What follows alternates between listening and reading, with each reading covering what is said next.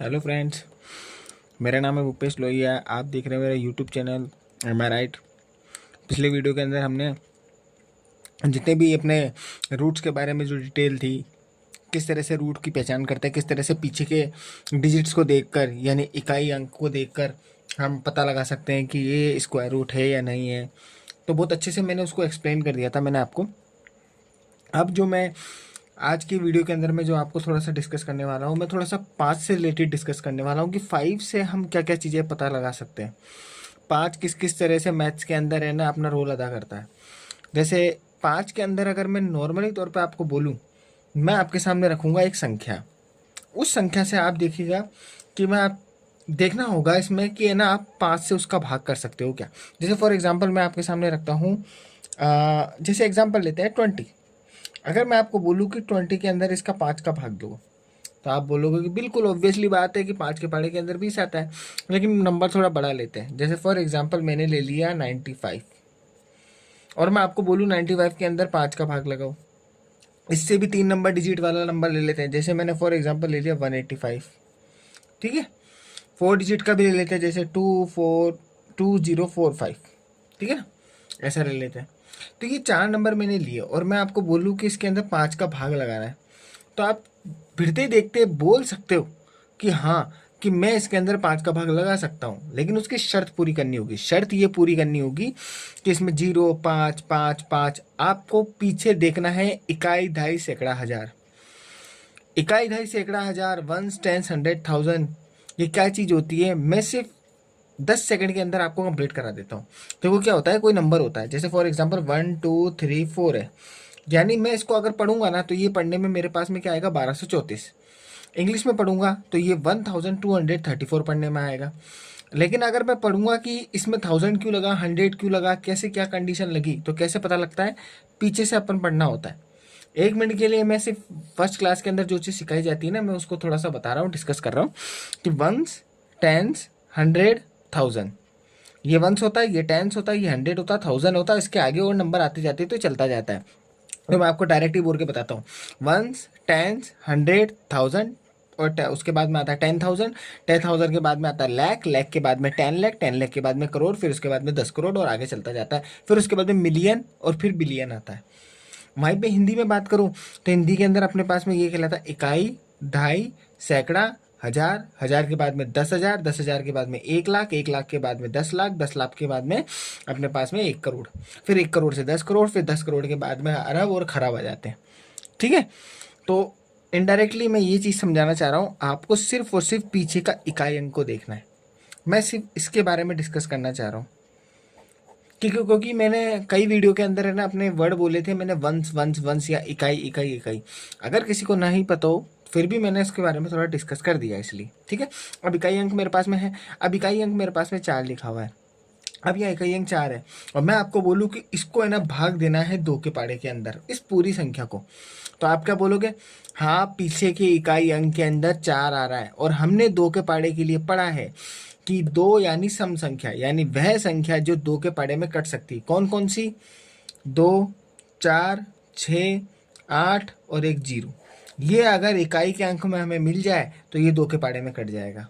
सीधा याद रखना है, 2, 4, 6, 8, 0। तो ये तो बात 2 की हो गई। अब हम डिस्कस कर रहे थे 5 के ऊपर। अब 5 के अंदर भी सेम यही बात ध्यान रखनी है, 2 कंडीशन याद रखनी है बस इसके अंदर, इसके आखिरी के अंदर, आखिरी के इकाई अंक के अंदर, मतलब जैसे यहाँ पे 4 था ना, ऐसे 5 के अंदर जिसमें भाग लगा रहे हो ना आप, उसके इकाई अंक के अंदर आखिरी के अंदर या तो 0 होना चाहिए या फिर 5 होना चाहिए, बस इतना सा ध्यान रखना है। अगर 0 हुआ तो भी वो जाएगा 5 के पहाड़े के अंदर, अगर 5 हुआ तो भी 5 के पहाड़े में जाएगा। अब इन सारे के सारे नंबर्स के अंदर आप देखिए, 5 5 5 था आखिरी के अंदर और इसमें 0 था, तो ये चारों के चारों है ना 5 के पहाड़े में कटेंगे। आप काट के देखोगे तो ये आसानी से कट जाएंगे। 5 20 के अंदर कितनी बार में, 4 बार में कट रहा है। 5 को 95 के अंदर करेंगे। अब देखो बार बार ऐसे लिखने की जरूरत नहीं होती है कि हम ये जो 95 है ना, इस 95 को ऐसे लिखें 95/5 और फिर उसके बाद में साइड में जाके है ना अपन भाग देना शुरू कर दें। इस कंडीशन के अंदर इस टाइप से भाग देना शुरू करें, ऐसा नहीं करना होता, आपको थोड़ा शॉर्ट में करना होगा, थोड़ी स्पीड बढ़ानी होगी मैथ्स के अंदर, और मैथ्स बढ़ाने की स्पीड सबसे बेस्ट है। 5 का 95 में भाग देना है ना, तो 5 का 95 में देने से अच्छा है 5 एकम 5 बोलो, फिर 1 आएगा, तो 1 को माइंड के अंदर दिमाग में लिख लो या फिर यहीं लिख लो। तो लिखने के बाद में 5 एकम 5 हो गया, फिर 4 और 5 बच गए तो 45 हो गया। 45 के अंदर 5 का भाग जाएगा कितनी बार में, 9 बार में जाएगा, 19 आ गया। ठीक है। ऐसे ही 185 के अंदर 5 का भाग लगाएंगे, तो 5 का भाग लगाने के लिए अपन 5 5 दिया 15, 15 हो गया, तो 5 3 बार में चला गया। 15 के बाद में 18 में से 15 गए तो कितने बचेंगे, 3, 3 और 5 बन गया 35, 35 जाता है अपने पास 7 बार में, ये 37 आ गया। ठीक है। वैसे अगर 2045 की बात करूँ तो देखो 2000 में 2 टुकड़े बन रहे हैं, कैसे बन रहे हैं, ये 20 का और एक 45 का। तो आप सीधा लिख सकते हो 5 के पाड़े में 20 कितनी बार में जाता है, 5 के पाड़े में 4 बार में जाता है। फिर उसके बाद में 45 45 पे अपने पास में 9 बार के अंदर जाता है, तो ये 49 के अंदर चला गया। लेकिन आपको मैं एक चीज़ नोटिस करा दूं, यहाँ पे देखो, यहाँ 49 बार के अंदर अपन ने पता लगा लिया कि हाँ 49 बार के अंदर 45 अपने पास में, ये 5 के पाड़े के अंदर 20 45 अपने पास में कट रहा है। अगर एक थोड़ा सा शॉर्ट के अंदर जाऊँ मैं, अगर मैं आपको 100 मैं आपको बोलूँ 100 का जोड़ा याद रखो कैसे। 5 के पाड़े के अंदर 100 कटेगा अपने पास में 20 बार में। अगर 20 बार में 100 अगर 20 बार में जाता है, तो इसका मतलब ये हो गया कि अगला 100 20 बार में जाएगा, तो 20 और 20 40 हो गए, फिर अगला 100 जाएगा, ऐसे करके 10 बार में जाऊंगा तो मैं तब तक मैं हो जाएगा 1000। अगर 10 बार में जाता हूँ तो 1000 हो गया, तो 1000 का मतलब ये हो गया कि 10 से 20 को गुणा करेंगे, तो 10 को 20 से गुणा करेंगे तो इसका मतलब बार में हो गया 200 बार में। पहली चीज़ तो ये हो गया। अगर 20 को मैं 10 से गुणा करता हूँ तो 200 बार में हो गया। 200 बार में होने के बाद में फिर अगला मैं है ना 1000 और कंप्लीट करता हूँ, तो इसका मतलब क्या हुआ, 200 इंटू फिर उसके बाद में अगला 1000 भी कंप्लीट कर रहा हूँ, तो अगला 1000 कंप्लीट करने का मतलब प्लस 200, तो 200 प्लस 200 कितने हो गए अपने पास में 400। ठीक है ना, 400 हो गया।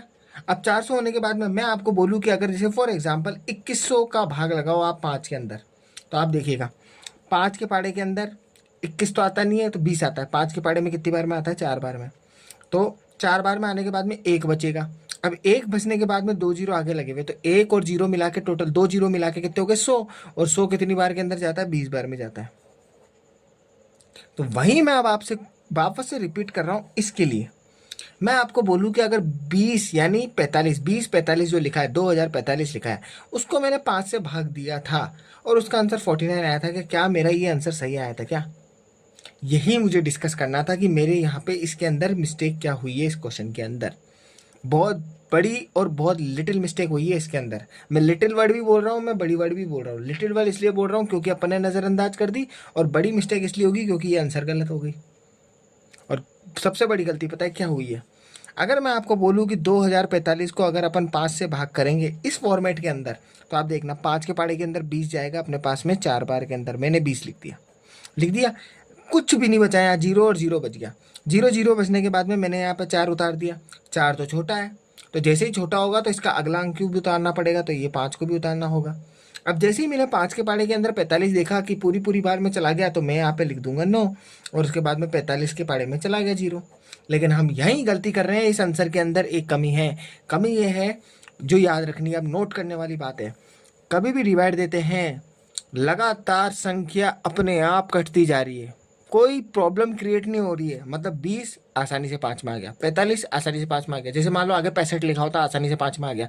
कभी भी ऐसी कंडीशन आ जाए ना कि लगातार संख्या कट रही हो, इसका मतलब ये होगा कि कुछ भी अपने पास में शेषफल नहीं बच रहा है, और बिना शेषफल बचे लगातार संख्या को साथ में लेना होता है, तो बीच बीच के अंदर अपन को पता है संख्या को बनाने के लिए एक 0 लगाना पड़ता है। तो इसका मतलब इस 4 के बाद में जब ये पूरा कंप्लीट हो गया था ना, तो ये 45 से पहले अपन को यहाँ पे एक 0 लगाना पड़ेगा, इसलिए मैंने यहाँ भी गैप छोड़ा था, और इसलिए मैंने यहाँ बीच में भी गैप छोड़ा, इसलिए यहाँ पे 409 आएगा। तो ये इसका आंसर होगा। जो जो छोटी छोटी बातें हैं वो मैं आपको बताता जा रहा हूँ, जैसे जैसी कंडीशन अपने सामने आती जा रही है। 5 के अंदर ये कंडीशन नहीं है, जरूरी नहीं है 5 में आए, ये आपको हर पहाड़ी के अंदर मिलेगी, और हर जब भी डिवाइड दोगे ना और ऐसी कंडीशन बन गई जो आसानी से कटते जा रहे हैं, उसमें ये कंडीशन बनेगी। तो 5 की पहली कंडीशन तो मैंने आपके सामने ये बताई। अब अपन सीखते हैं 5 का स्क्वायर करना आसानी से, मतलब 5 5 वाले। 5 5 का मतलब ऐसे नहीं बोल रहा हूँ मैं 5 का स्क्वायर, नहीं, 5 के स्क्वायर के साथ में, जैसे फॉर एग्जांपल 15 का स्क्वायर, 25 का स्क्वायर, 35 का स्क्वायर, 45 का स्क्वायर, जिसमें आखिरी में 5 आ रहा है, इनडायरेक्टली मैं ये कहना चाह रहा हूँ, तो 5 वाले में। तो अब अपन उसके बारे में डिस्कस करते हैं। तो अब देखो, जैसे फॉर एग्जांपल एक एग्जांपल लेते हैं, सीधा स्क्वायर निकालना है अपन को। मैं एक एग्जांपल लेता हूँ, 15 का स्क्वायर निकालो। इसके दो तरीके हैं। पहला तरीका क्या है, वही वाला मेथड लगाओ जो मैंने आपको स्क्वायर सिखाया था, वापस से प्रैक्टिस करो उस स्क्वायर की। क्या, आखिरी का नंबर है उसका स्क्वायर बोलो। 5 का स्क्वायर होता है 25, 25 का 5 यहाँ लगा दिया, प्लस का 2 यहाँ लगा दिया। अब यू क्रॉस चलो, एक पंजे 5, 5 दूनी 10, 10 और 2 12, 12 का 2 यहाँ पे लग गया।